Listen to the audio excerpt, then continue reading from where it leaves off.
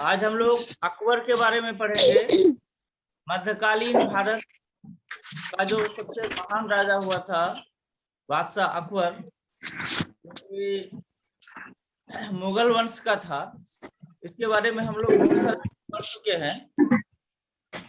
अकबर के बारे में बहुत सारे चीज पढ़ चुके हैं इससे पहले कि अकबर ने किस प्रकार यहाँ पर भारत में एक मुगल शासन को अस्थायी रूप से यहाँ पर स्थापित किया और जो कार्य किए और उनके कार्य के कारण उसको हम लोग महान राजा बोलते हैं। और उसी के तहत उसका एक महान कार्य था, अकबर का एक जो महान कार्य था वह था उसकी धार्मिक नीति। उस समय तक अकबर से पहले के शासक जो भी रहे वह धार्मिक रूप से काफी कट्टर रहे, धार्मिक रूप से काफी कट्टर रहे, और जिसके कारण हिंदू धर्म और अन्य धर्म, गैर इस्लामिक धर्म जो के लोग जो थे वो काफी परेशानी में थे। वो धार्मिक रूप से आजाद नहीं थे। परंतु जब अकबर आए तो उन्होंने एक काम किया, धार्मिक एक काम ये किया कि वो उन्होंने ये घोषणा कर दी कि राज्य के लिए, शासन के लिए जितने भी धर्म हैं वो सभी धर्म समान होंगे। रक्षा के लिए सभी धर्म के लोग समान होंगे। और इस तरह से अकबर ने धार्मिक सहिष्णुता को उत्पन्न किया और सभी लोगों को एक समान माना। इससे पहले, अकबर से पहले जो इस्लाम धर्म के लोग होते थे उनको ज्यादा महत्व दिया जाता था और गैर इस्लामिक के साथ अच्छा व्यवहार नहीं किया जाता था। परंतु जब अकबर आए तो उन्होंने सभी धर्मों के प्रति समान नीति अपनाई और बोले कि नहीं, गैर इस्लामिक जितने भी धर्म हैं, मुसलमान छोड़ करके अन्य धर्म के जितने भी लोग हैं वो भी समान रूप से राजा के प्रति, राजा के अनुग्रह के पात्र हैं और सभी को समान रूप से लाभ पहुंचना चाहिए शासन के द्वारा। हालांकि राज्य का जो धर्म था वह इस्लामिक ही था, परंतु राजा का जो व्यवहार था वह सबके प्रति बराबर था। मुगल शासन के समय में भी राज्य का धर्म जो था वह इस्लाम ही था, परंतु राजा जो मुगल बादशाह राजा जो हुआ, अकबर जो हुए, वो सभी धर्मों के प्रति अपना समान व्यवहार अपनाए और उन्होंने कुछ ऐसी नीति अपनाई जिसके कारण जो है अन्य धर्मों के लोगों के प्रति वो काफी लोकप्रिय हो गए। जैसे कि उन्होंने जजिया कर को हटा दिया। हम लोग सभी लोग जानते हैं कि जजिया कर वो टैक्स होता था जो गैर इस्लामिक लोगों पर लगाया जाता था। जो मुसलमान नहीं होते थे, हिंदू धर्म, सिख धर्म, अन्य धर्म के लोग होते थे, उस पर जजिया कर लगाया जाता था। परंतु अकबर जब आए शासन में तो उन्होंने जजिया कर को हटा दिया और तीर्थ यात्रा कर को हटा दिया। तीर्थ यात्रा कर लगाया जाता था। आप कहीं जब यात्रा करने जाते थे, धार्मिक यात्रा, तो उस पर टैक्स लगता था, उसको भी उन्होंने हटा दिया। उन्होंने हिंदुओं के जबरदस्ती धर्म परिवर्तन पर रोक लगाया। उस समय में क्या चलता था कि जबरदस्ती धर्म परिवर्तन कराया जाता था। तो उन्होंने, अकबर ने क्या किया, इस जबरदस्ती धर्म परिवर्तन पर रोक लगाया। उन्होंने एक इबादत खाना का निर्माण कराया। इबादत खाना में सभी धर्म के लोगों को बुलाया। अकबर जो है निरक्षर थे, अकबर निरक्षर थे, परंतु उसका सोच काफी ऊंचा था, काफी आगे था, वो महान था। तो उन्होंने सभी धर्मों के लोगों को बुलाया, साधु, संतों, मौलवी, मुल्ला, सिख के गुरु, सबको बुलाया, इबादत खाना में बैठाया और इबादत खाना में बताया, कहा कि आप सभी लोग बताइए कि असली धर्म क्या है, आदमी को कौन सा धर्म मानना चाहिए, क्या करना चाहिए ज्यादा अच्छा हो जाए। तो इसलिए उन्होंने इबादत खाना का निर्माण कराया। इबादत खाना में सभी धर्म गुरुओं को बुलाया और सबका सुना और फिर अपने अनुसार उन्होंने एक नया धर्म चलाया। अकबर ने एक नया धर्म भी चलाया, उसका नाम है दीन इलाही। दीन इलाही नाम का धर्म चलाया, जिसके बारे में आगे हम लोग विस्तार से चर्चा करेंगे। अकबर ने मजहर की घोषणा की। मजहर ये सब याद रखना है। अकबर ने मजहर मौजहर मजहर की घोषणा। मजहर क्या होता था?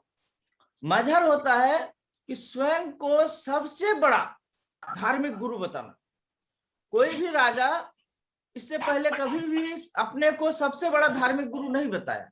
वो अपना उलेमा वगैरह को अपना एक काजी नियुक्त करता था, प्रधान काजी नियुक्त करता था। प्रधान काजी धार्मिक मामले में फैसला देता था कि धर्म के अनुसार क्या सही है क्या गलत है। परंतु अकबर ने प्रधान काजी का जो अधिकार था वो अपने हाथ में ले लिया और बोला कि अब धार्मिक मामले का सबसे बड़ा गुरु मैं रहूंगा, धार्मिक मामले का सबसे बड़ा न्यायाधीश मैं स्वयं रहूंगा।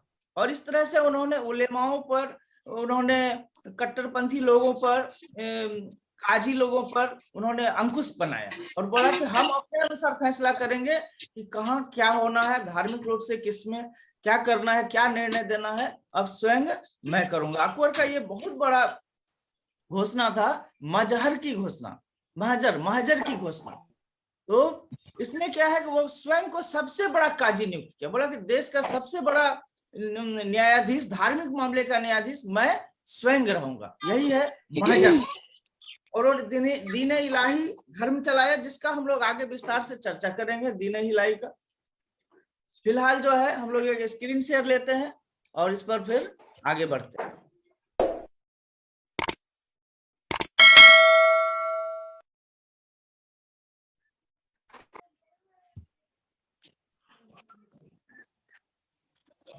ऊपर बताइए ना, प्रकाश डालें।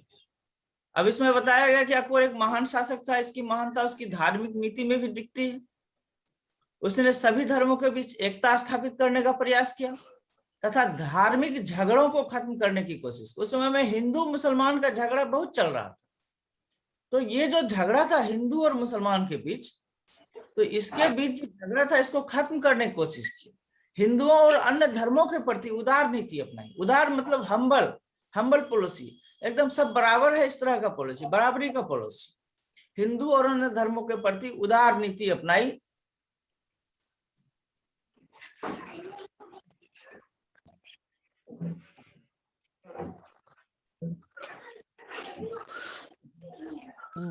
ऊपर कीजिए सर। ऊपर करें? Yes sir.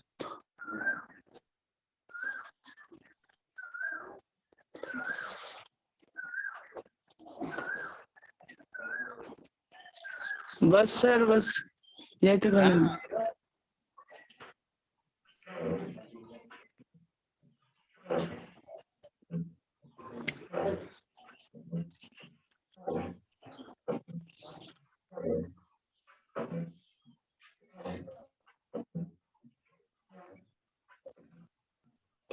अकबर की जो धार्मिक नीति है उसके प्रमुख बिंदु निम्नलिखित हैं। हमने भी अकबर के बारे में जो भी कहा उसको हम लोग अब बिंदुवार छोटा छोटा पॉइंट बना के याद करने के लिए रख सकते हैं। पॉइंट वार याद करने से, रखने से, बनाने से क्या होता है कि तुमको याद रहेगा, और जितने पॉइंट हैं उतने पॉइंट में से एक दो अगर भूल भी जाओ तो कोई दिक्कत नहीं है, और इस तरह से पॉइंट वाइज याद रखना है।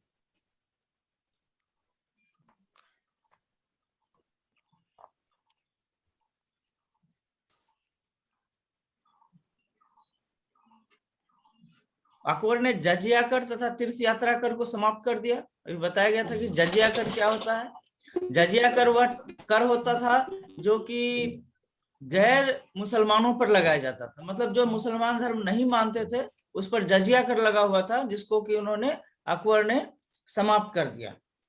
अकबर ने 1564 ईस्वी में जजिया कर को समाप्त किया था। और इसके अलावा जो तीर्थ यात्रा कर उसको समाप्त कर दिया। लोग जो धार्मिक यात्रा में जाते थे और तो उस पर टैक्स लगता था, वो भी उन्होंने समाप्त कर दिया। उस समय क्या होता था, सेकंड नंबर पर देखो, युद्ध बंदियों को मुसलमान बनाने पर रोक लगाया। उस समय क्या होता था, जो लड़ाई में जो पकड़े जाते थे, लड़ाई के बाद जो सिपाही और लोग पकड़े जाते थे, तो उसको जो है मुसलमान बना दिया जाता था, धर्म परिवर्तन कर दिया जाता था।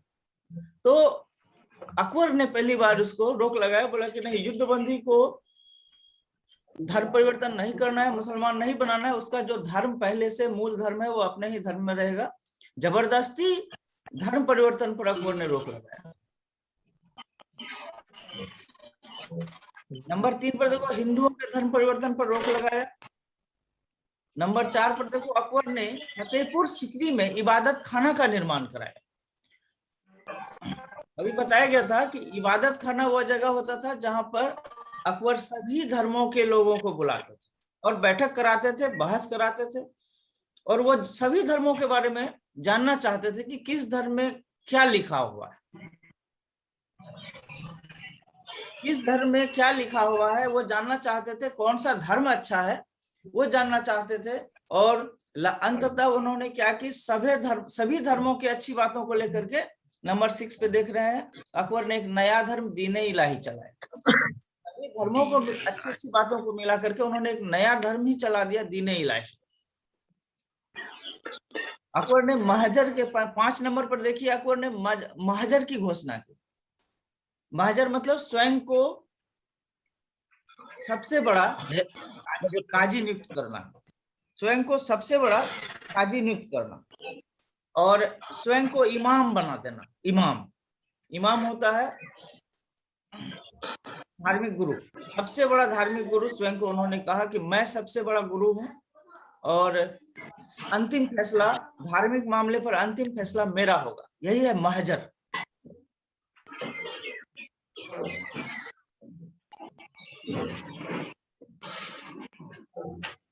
बहुत आसान है ये चैप्टर, तो तुम लोगों को याद हो गया होगा अभी तक में।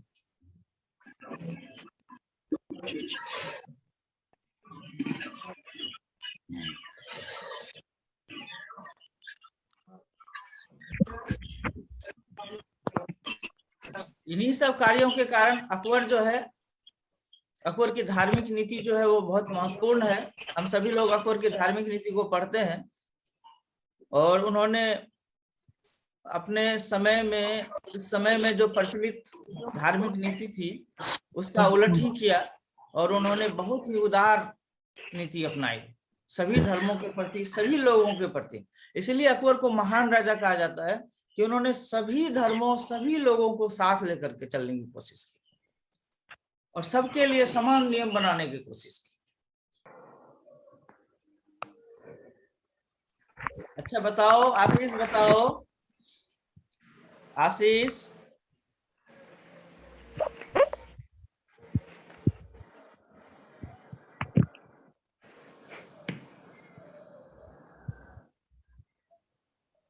अकबर ने कौन सा धर्म चलाया? आशीष क्या बोले सर? अकबर ने कौन सा धर्म चलाया? दीन-ए-इलाही।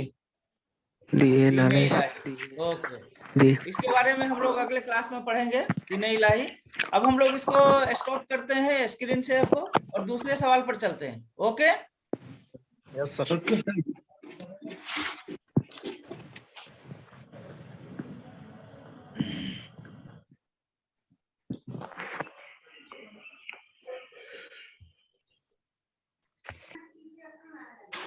लोग क्या लिखा हुआ है? जजिया कर से आप क्या समझते हैं?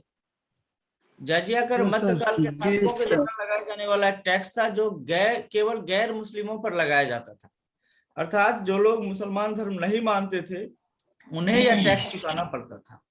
यह धार्मिक आधार पर लगाए जाने वाला विवादास्पद कर था। अकबर ने इस जजिया कर को 1564 ईस्वी में समाप्त कर दिया। यह एक बहुत बड़ा कार्य था, इससे उसकी लोकप्रियता काफी बढ़ी। जजिया कर किस पर लगाया जाता था? गैर मुस्लिमों पर, जो मुसलमान धर्म नहीं मानते थे, जो मुसलमान धर्म नहीं मानते थे उसी पर यह टैक्स लगता था। जैसे मुख्य रूप से हिंदुओं पर लगता था क्योंकि उस समय हिंदू एक बड़ी आबादी थी, इसलिए जजिया कर मुख्य रूप से हिंदुओं पर ही लगाया जाता था, जो कि एक गलत था। सभी लोग इसकी आलोचना करते थे। हिंदू धर्म के लोग भी कहते थे कि नहीं, जजिया कर नहीं लगना चाहिए, धार्मिक आधार पर किसी प्रकार का टैक्स नहीं लगना चाहिए। अब हम लोग दूसरे सवाल पर चलते हैं। महाजर से आप क्या समझते हैं? महाजर से आप, अभी बताया गया था कि महाजर जो है एक घोषणा होती थी। अकबर ने इस घोषणा के द्वारा स्वयं को प्रधान काजी, सबसे बड़ा धार्मिक मामले का सबसे प्रमुख बना दिया और अपने को जो है उसने इमाम की पदवी ली और धार्मिक मामले का सबसे बड़ा गुरु उन्होंने स्वयं को बना दिया। यही महजर की घोषणा जो कि 1579 ईस्वी में की गई थी, 1579 ईस्वी में की गई महजर की घोषणा।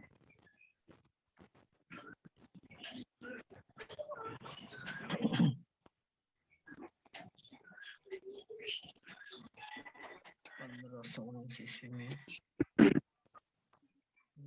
खोज की गई थी।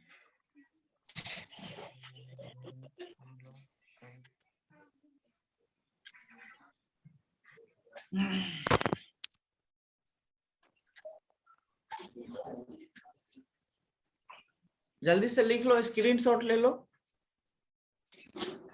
जजिया कर कब वापस लिया गया?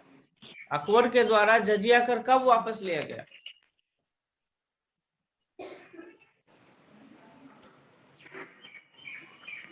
जजिया कर को कब खत्म कर दिया गया अकबर के द्वारा? कौन सा ईस्वी में? जजिया 1564 ईस्वी में। भूल गए। 1564 ईस्वी में। हाँ, 64 ईस्वी में कर दिया गया।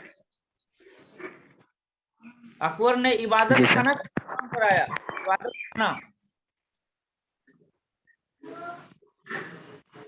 खाना क्या होता था? इबादत खाना क्या होता था?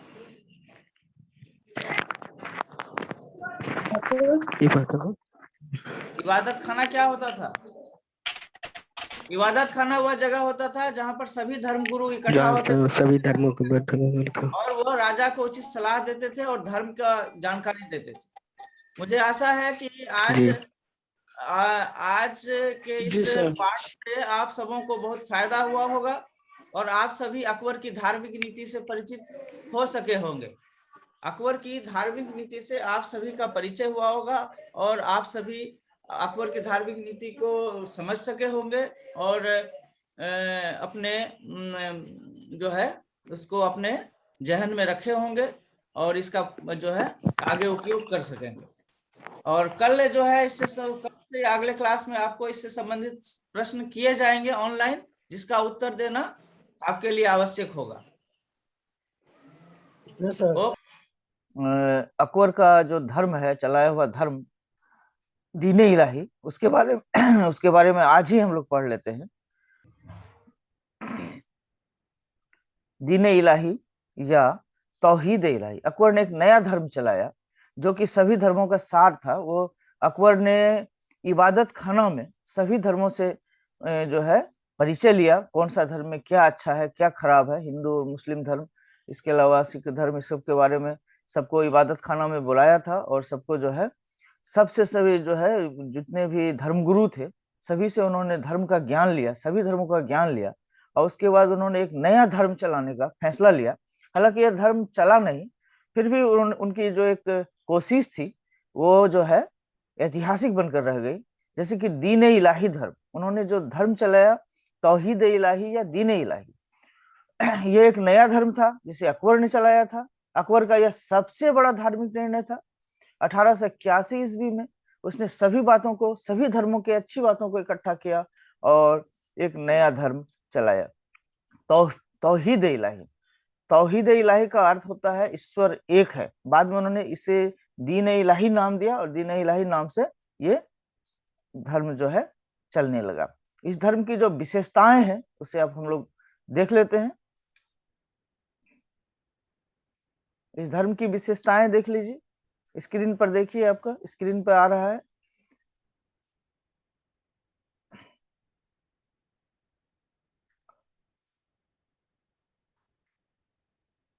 ईश्वर एक है, पहली विशेषता देखिए, ईश्वर एक है और अकबर उसका प्रतिनिधि है। अकबर सर्वोच्च गुरु है। ईश्वर एक है और अकबर उसका प्रतिनिधि है।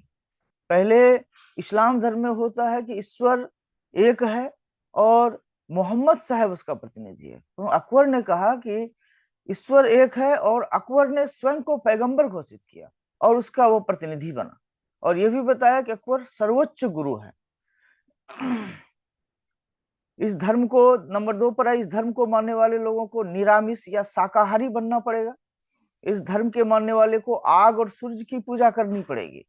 आग और सूर्य की पूजा करनी पड़ेगी। सूर्य की पूजा और आग की पूजा हिंदू धर्म में होती है। इसके अलावा पारसी धर्म में आग की पूजा होती है। तो इस तरह से उन्होंने इन दोनों को आग और सूर्य की पूजा करना अनिवार्य बताया। इसके बाद चौथे नंबर पर मृत्यु का भोज अपने जीवन में देना होगा। मृत्यु का भोज अपने जीवन में ही देना होगा। जो श्राद्ध का भोज होता है, लोग मरने के बाद उसका बाल बच्चा सब श्राद्ध करता है और भोज देता है, परंतु उन्होंने कहा कि मरने के बाद भोज नहीं होगा, मरने के पहले अपने जीवन में अपने ही पैसे से उसे मृत्यु का भोज व्यक्ति को देना चाहिए। ये दीन इलाही धर्म की प्रमुख विशेषता है। सभी लोगों के साथ प्रेम और दया भाव रखना होगा। स्त्रियों को आदर और सम्मान देना होगा। ये तो बहुत बड़ी बात थी उस समय में, मध्यकाल में, जबकि स्त्री को सम्मान नहीं मिलता था, स्त्री को उपयोग की वस्तु, उपभोग की वस्तु माना जाता था। उस समय में अकबर ने स्त्रियों को आदर और सम्मान देने की बात कही। ये बहुत बड़ी बात थी। राजा और गुरु के प्रति पूर्ण समर्पण रखना होगा। मतलब राजा या गुरु का जो आदेश है वो सर्वोपरि होगा। इसके जो शिष्य होंगे, इस धर्म को मानने वाले होंगे, वो राजा और गुरु के प्रति पूर्ण समर्पण रखेंगे। ये 5-7 विशेषताएं हैं, 7 विशेषताएं हैं जो कि इस धर्म की प्रमुख विशेषताएं हैं। इसके अलावा अन्य भी बातें हैं जिसको हम लोगों को उतना जानना जरूरी नहीं है। हम लोग 12th क्लास में हैं। कुछ अच्छी बातों के होने के बावजूद यह धर्म ज्यादा नहीं फैला। इस्लाम धर्म के खिलाफ इस धर्म को माना गया। मुसलमानों ने इसे इस्लाम धर्म के खिलाफ माना, इसलिए इसे मानने से इनकार कर दिया। और हिंदुओं में से केवल एक हिंदू बीरबल ने इसे माना। ये परीक्षा में आता है कि ये ऑब्जेक्टिव में आएगा कि एकमात्र हिंदू कौन था जिसने दीन इलाही धर्म को माना था, तो वो बीरबल था। अकबर ने इस धर्म को मानने के लिए किसी पर दबाव भी नहीं दिया, इस धर्म का उन्होंने प्रचार भी नहीं किया। और जैसे होता है कि धर्म को मानने के लिए दबाव दिया जाता है और ज्यादा प्रचार प्रसार किया जाता है, अकबर ने ऐसा कुछ भी नहीं किया। ये लोगों पर छोड़ दिया कि आप इसे माने ना माने। अकबर ने देश में धार्मिक एकता और सामाजिक एकता स्थापित करने के लिए ही ये धर्म चलाया था। वो सोचा कि अगर ये धर्म चला देंगे तो हिंदू मुस्लिम के बीच में जो फासला है वो कम हो जाएगा। इस तरह से देखते हैं कि अकबर जो है, अकबर की धार्मिक नीति के लगभग सभी बातों से हम लोग परिचित हो गए हैं।